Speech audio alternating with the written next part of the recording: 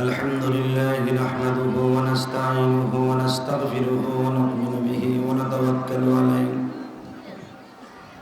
ونعوذ بالله من شرور أنفسنا ومن سيئات أعمالنا من يهده الله فلا مضل له ومن يضلله فلا هادي له الذي أرسل رسوله بالهدى ودين الحق ليظهره على الدين كله وكفى بالله شهيدا أما بعد فقد قال الله تبارك وتعالى فأعوذ بالله من الشيطان الرجيم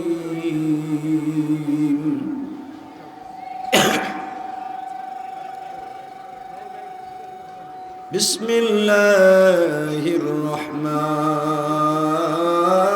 الرحيم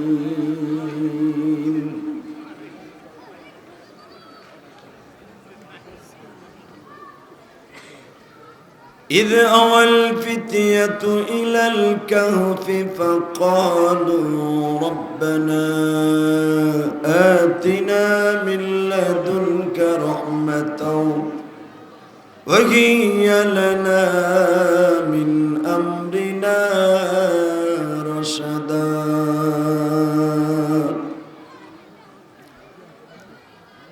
فضربنا على آذانهم في الكهف سنين عددا وقال الله تبارك وتعالى وإنك لعلى خلق عظيم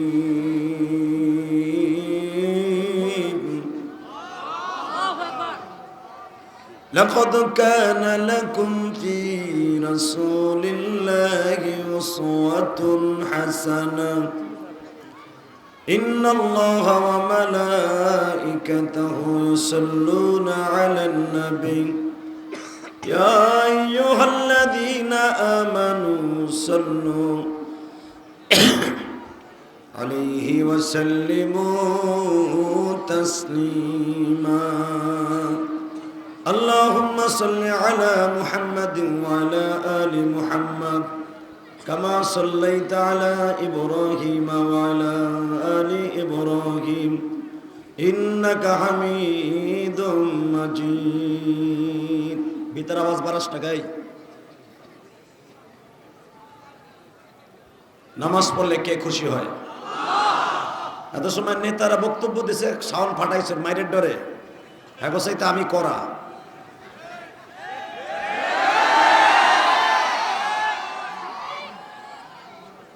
একসাথে বলবেন নামাজ পড়লে কে খুশি হয় যাকাত দিলে কে খুশি হয় রমজান মাসে রোজা রাখলে কে খুশি হয় আর একটা কাজ করলে আল্লাহ আল্লাহ রসুল দুজন খুশি হয় দুরূদ শরীফ পড়লে আল্লাহু আকবার জোরে বলেন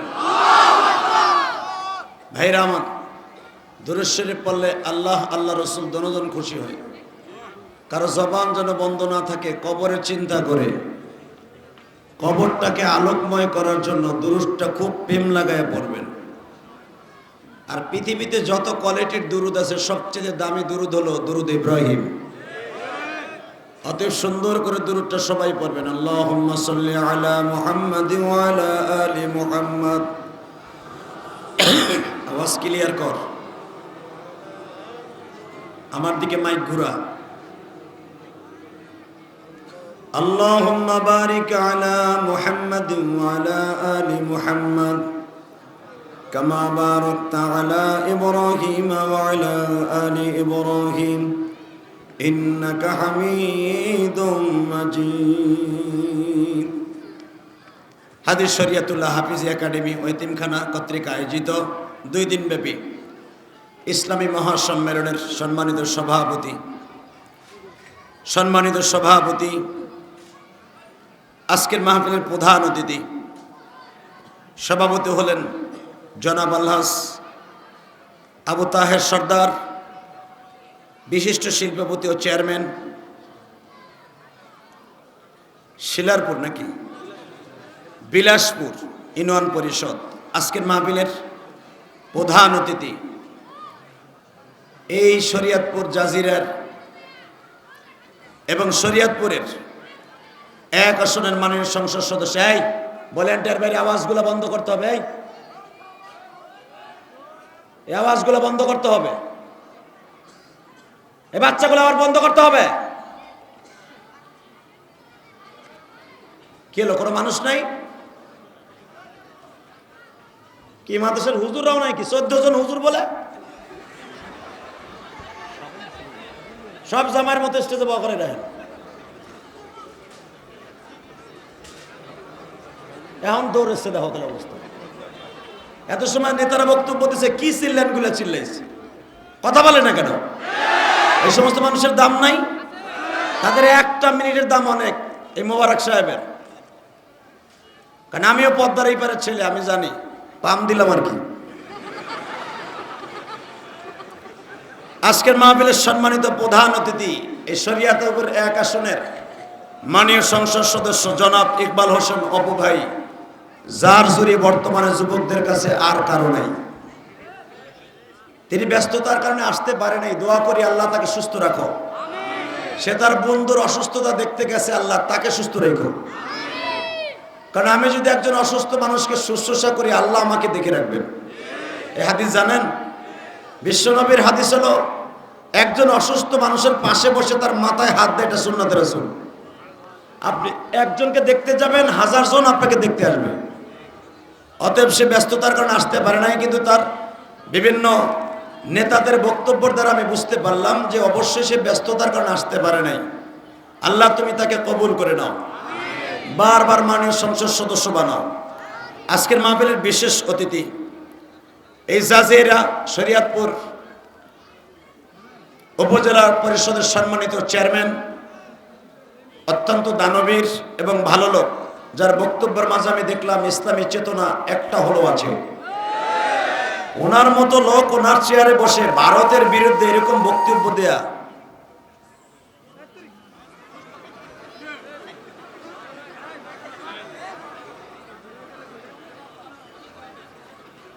আল্লাহ মাফ করুক, জোর করে আমিন।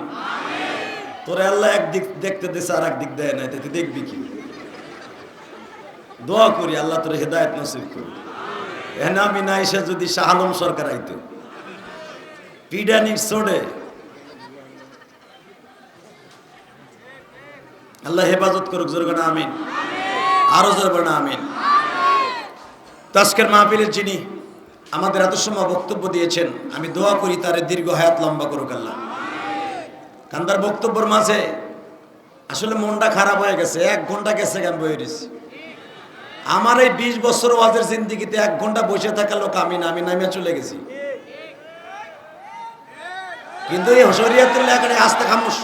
আরে ভাই রাখো না, আগের দেশে এত কে হুজুগে বাঙালি কিছু বলার আগে একটু পরে একটা পটকা ফুটলে দিবা দৌড়। চিনি না তোমাকে আমরা। আমি 1 ঘন্টা কোনোদিন স্টেজে বসে থেকে ওয়াজ করার মতো বক্তা আমি না।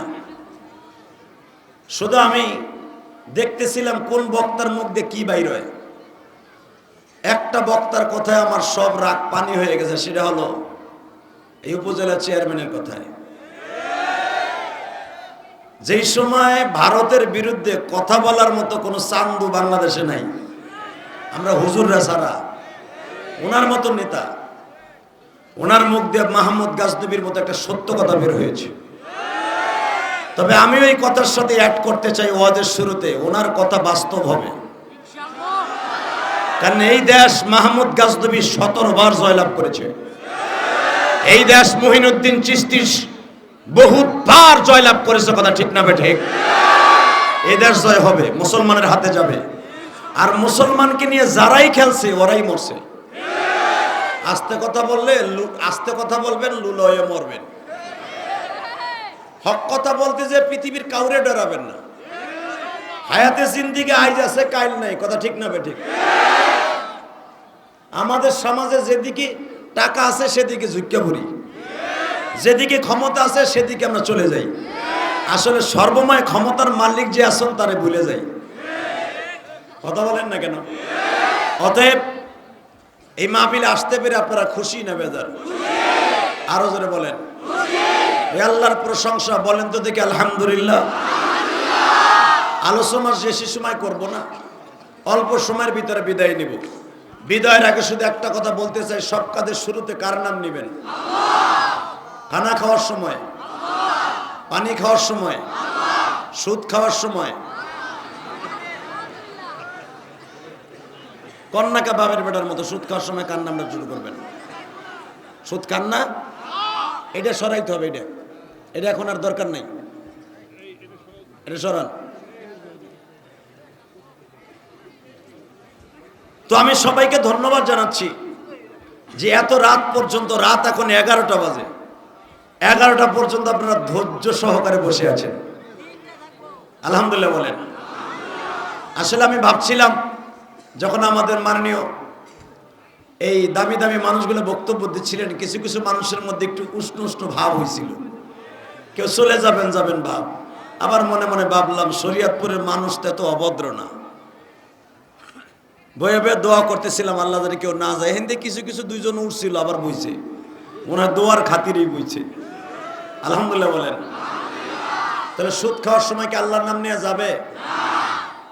আমি আপনাদের কাছে 2 হাত জোর করে এই মাহফিলের পক্ষ থেকে মাপ চেয়ে একটা অনুরোধ করব, যদি আপনারা আমার অনুরোধটা রাখেন। রাখবেন? সবাই রাখবেন? আমি কিন্তু মুসাফির। আমি যদিও গোপালগঞ্জের ছেলে, কিন্তু আমি কিন্তু মুসাফির। আমি বরিশাল থেকে প্রোগ্রাম শেষ করে, সেই বরগুনাতে প্রোগ্রাম শেষ করে আজকে আসছি, সারাদিন বসে আসছি, শরীরটা টায়ার্ড। তাতে আমার কোনো দুঃখ নাই। যদি আপনারা আমার কষ্ট দেন বেশি দুঃখ পাবো। সেটা হলো এই, যারা দাঁড়িয়ে আছেন 1 মিনিট 13 সেকেন্ড টাইম। থাকবেন না ভাগবেন সিদ্ধান্ত নেন। 1 মিনিট 13 সেকেন্ডের মধ্যে একটা লোক দাঁড়ায় থাকতে পারবে না, একটা লোক প্লিজ।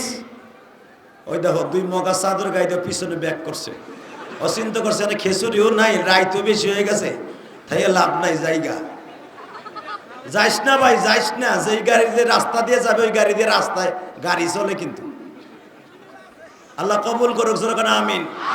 যারা দাঁড়ায় আছেন বসে পড়েন ভাইজান, প্লিজ সেট ডাউন। আমার দরেদি ভাইরা বসে পড়েন, আপনারা খুব ভালো মানুষ আমি জানি। আমার এই শরীয়তপুরে জন্ম নিয়েছে হাজী শরীয়তুল্লাহ, যে কোনোদিন বাতিলের সাথে আপোষ করে নাই। এই রক্তের একটা টান আছে না নাই? সেই রক্তের টান দেখলাম উপজেলা চেয়ারম্যানের ভিতরে।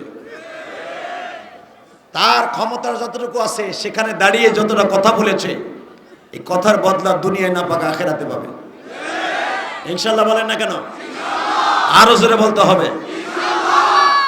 তাহলে শুরু করা যাক আমার মাহমুদের কোরআনের তাফসীর ইনশাআল্লাহ। ইনশাআল্লাহ আসেন আমার সাথে একটা সূরা তেলাওয়াত করবেন, যদি পারেন পড়বেন। যারা না পারবেন আমার সাথে গালটা লড়াচড়া করবেন, তা তো সওয়াব হবে। পড়বেন তো সবাই? এখনো কিন্তু ডাইন পাশের আওয়াজ বন্ধ হয় নাই। এই বাচ্চাগুলার, এই বাচ্চাগুলার হয়তো এখানে রাখো না, তাড়াও, এই পর্দাটা খুলে ফেলেন।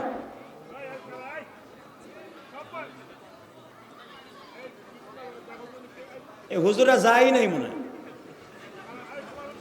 এটা তামাশা উঠাইছে একটা। আল্লাহ কবুল করুক, জোরকানা আমিন। একসাথে বলবেন, আমার মাহমুদের কালাম দামি না সস্তা? আহা বাজান রে, দুনিয়ায় যে পাতার কোরআন শরীফ দেখতেছেন না, এই যে কালো কালো অক্ষর, এই কালো অক্ষরগুলো দেখছেন, বইয়ের পাতায় কিন্তু ইংরেজি অক্ষর আছে কালো, আছে না নাই? বাজান রে, এই কোরআন এমন একটা শব্দ গো ভাইজান, এই কোরআনকে বুকে নিয়ে যারা আদর করবেন, মনে করবেন আপনি বুঝি আমার মাহবুদের সাথে সরাসরি কথা বলছেন। শরীয়তপুরের ভাইরা, এই কোরআনকে যারা বাবা চুমা লাগাবেন, মনে মনে ভাবতেছেন আমার আল্লাহর কথার উপর আমি চুমা লাগাইলাম, যত্ন করে দিলাম কোরআন, রত্ন করে রাখিও, আমার কথা মনে হলে কোরআন খুলে পড়িও। কে বলেছে? তোর মাইকের আওয়াজ আরো ক্লিয়ার কর। এই একাডেমিতে সব সুন্দর হয়েছে, মাইক সুন্দর হয়নি। এখানে মাইক লাগতে হবে ঢাকার থেকে, কথা ঠিক না ঠিক? টাকা কি আর কম আছে? যত্ন করে দিলাম কোরআন, রত্ন করে রাখিও, আমার কথা মনে হলে কোরআন খুলে পড়িও, আমার কথা। কেউ আওয়াজ বন্ধ রেখেন না, সবাই পড়েন। আমি আমার মাবুদের কথা বলছি, আল্লাহ নিজে বলতেছেন, যত্ন করে দিলাম কোরআন, রত্ন করে আমার কথা। আমার মানে আমার কথা? কার কথা? জোরে বলেন না, কার কথা? যত্ন করে দিলাম কোরআন, রত্ন করে রাখিও, আমার কথা মনে হলে কোরআন খুলে পড়িও, সবাই যেদিন ভুলে যাবে কোরআন তোমায় ভুলবে না, সবাই যেদিন ভুলে যাবে ঠিক মতো পড়িলে কোরআন বেহেশতে তোমার ঠিকানা, ঠিক মতো পড়িলে কোরআন। এ ভাইরা, কেউ যদি কোরআন শরীফকে বুকের মধ্যে নিয়ে আলিঙ্গন করে আদর করে, আমার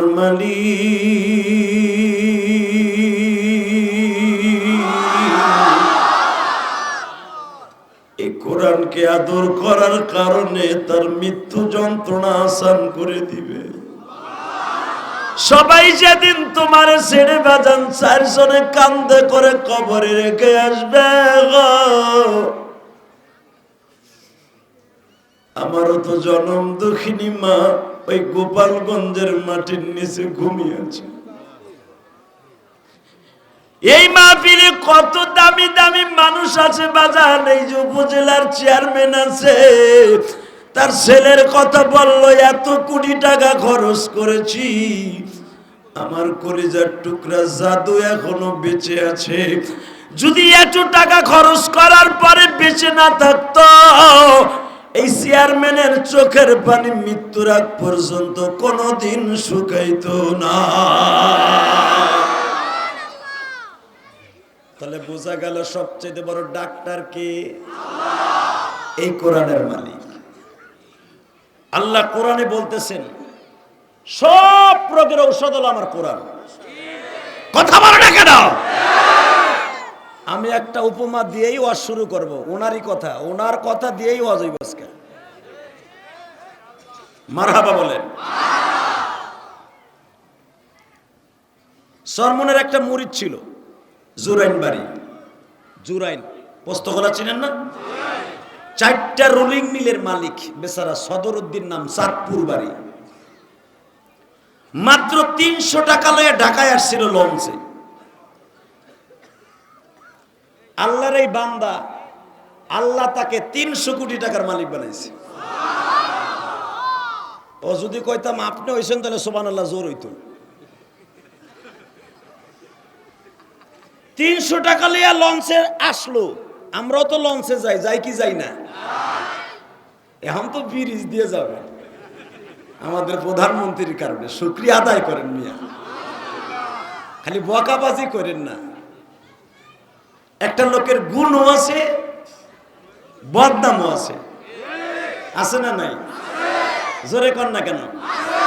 এক সময় বললো ফেসবুকে পদ্মা নদীতে মাথা লাগবে, টাটকা ভুয়া শয়তানি কথা।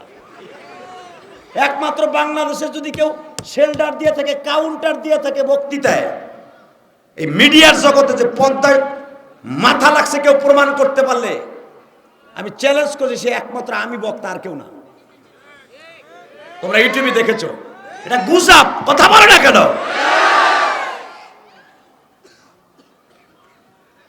হে মুসলমানের পোলা, গুজবে কান দিও না, সত্য যেটা সেটা দেখো। কে পর্দায় মাথা লাগবে, কে ওখানে আগ করে বই রেছিনি।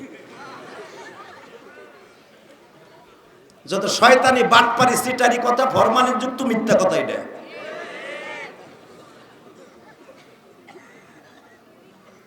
ভালো করে বুঝেন। সবকিছুর মালিক কে? ওই আল্লাহ আছে না? না মুদির ডরে পলাইছে? মুদি মুসলমানের উপরে বুলডোজার চালাইতে চাইতেছে। প্রথম চালাইতে চাইছিল বাবরি মসজিদের পরিবর্তে রাম মন্দিরের রায় দিছে। দেখছে যে এটা সুবিধা করতে পারতাছি না। যেখানে 500 বছর আমার আল্লাহর ঘর দাঁড়িয়েছে, সেখানে মন্দির হয় কেমন? কথা বলেন না কেন? সেটা মন্দির কেমনে হয়? আমরা বাংলাদেশে এমন একটা জাতি, আমরা মিলেমিশে কাজ করি, ঠিক না বেঠিক? আমার এই জাজিরে হিন্দু আছে না নাই? আজব কোনো হিন্দুর জায়গায় কইছি এনে মসজিদ করবো? এই ওস হিসাবে যাই আমাকে কইব তোকে মসজিদ ভাঙবো আগে। কথা কও না কেন? কারণ তুই মন্দির জায়গায় মসজিদ করবি কেন? তোর এই মসজিদ চলবো না। তা আমরা একটা টিনের মন্দির ভাঙতে সাহস পাই না, আর 500 বছর মসজিদ দাঁড়ায় আছে। আমরা বাংলাদেশের মানুষ কত উদার, কথা ঠিক না বেঠিক? আমরা কত মিলেমিশে কাজ করি। একবারও কি ভাবলা না এটা অন্তত মুসলমানের কলিজা, এটা মসজিদ, এটার বিপক্ষে কেমনে রায় দেই? তাহলে বোঝা গেল আমাদের বন্ধু আল্লাহ ছাড়া কেউ নাই। আস্তে কথা বলল না। নবীর যুগেও মুসলমানের বন্ধু কেউ ছিল না। এই মুসলমান একমাত্র টিকে আছে আল্লাহর ফজল ও করমে। সারা দুনিয়ার বেঈমান লেগে গেছে এখন মুসলমানের বিরুদ্ধে। লাগলে কি হবে? ইন্নাদ-দীন ইনদাল্লাহিল ইসলাম। ইসলাম যদি আল্লাহর কাছে দামি ধর্ম হয়, এই দামি জিনিস টিকায় রাখার জন্য আল্লাহ যা করতে হয় তাই করবে। কথা বলে না কেন? এই ইসলামকে টিকায় রাখার জন্য বিশ্বনবী জীবনে কারো গায়ে একটা থাপ্পড় মারে নাই। সেই নবী নিজে অস্ত্র বস্ত্র ধারণ করে বদরের প্রান্তর থেকে নিয়ে আমার বিশ্ব নবী 28টা যুদ্ধে অংশগ্রহণ করেছে। যার নামের শুরুতে আছে ওয়ামা আরসালনাকা ইল্লা রাহমাতাল লিল আলামিন।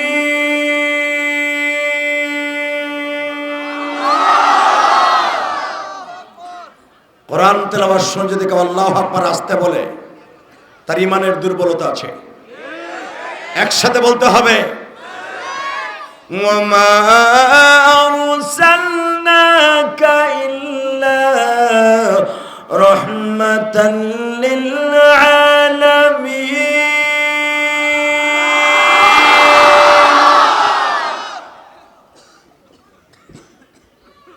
আপনার নামের শরীরে একটা রহমাতাল লিল আলামিন আছে। নবী ইচ্ছা করলে সবকিছু পারে না। কথা বলেন না কেন? চেয়ারম্যান সাহেব চলে গেছে, আবার আসবে, তাহলে চেয়ার সরান। সভাপতি সাহেব আছেন তো? আসেন, আপনি মোনাজাত পর্যন্ত থাকবেন। আলহামদুলিল্লাহ বলেন। সভাপতি যদি জায়গা হেন ওয়াজ হয়, বেড়ারে বসাইলাম পাশে, এখন শুরু করবো ওয়াজ ইনশাল্লাহ বলেন। মন মতো ওয়াজ করতে চাইছিলাম যে তোর মাইকটা সেভাবে আমারে দিতি। আল্লাহ হেফাজত করো, জোরে করো আমিন। আরো জোরে বললো আমিন। তাহলে বলতে হবে আমার নবী কি অস্ত্র বস্ত্র ধরে নাই, যুদ্ধের মাঠে যায় নাই? আল্লাহু আকবার জোরে বলেন তো। যান, আমি খুশি। আপনি এত সব বসে আছেন, আমি খুব খুশি। জি জি জি জি জি ইনশাল্লাহ। একজনকে তো রেখে যাইতেছেন। হ্যাঁ, থাকলে আল্লাহু আকবার। খুব ভালো মানুষ। এই সমস্ত মানুষের হায়াত লম্বা করে দাও আল্লাহ। আর উনি যেন যাওয়ার আগে বলে যায় ওয়াল আমি করে দিব, আমার হায়াত যতদিন বাইসে আছে আমি ওয়াল না করে যেন না মরি। উনি যেটা বলে যায় তাহলে ওনার ছুটি দিয়ে দিলাম আমি। উনি বলে যাবে হুজুরের কাছে, চেয়ারম্যান সাহেব, যে আমার জীবদ্দশায় যেন আমি ওয়াল দেখে যেতে পারি, আমি যার দ্বারা করাই দিব। আল্লাহ তুমি তাকে কবুল করো, জোরে করো আমিন। হুজুরের মনের আশা পুরো করে দাও।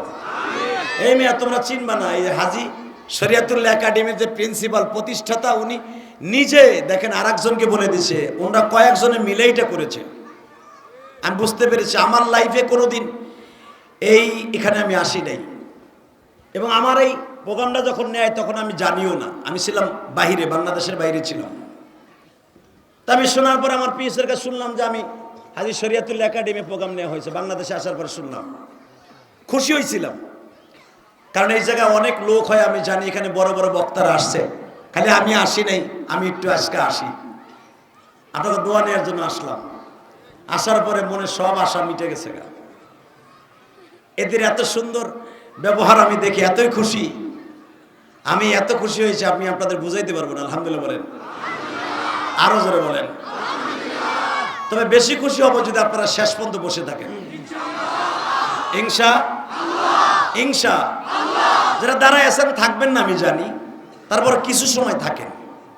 আপনারা যত সময় থাকবেন আমি তত সময় থাকবো, আপনারা যদি চলে যান আমি মোনাজাত করে দেব। আল্লাহ কবুল করুক, জোরে আমিন।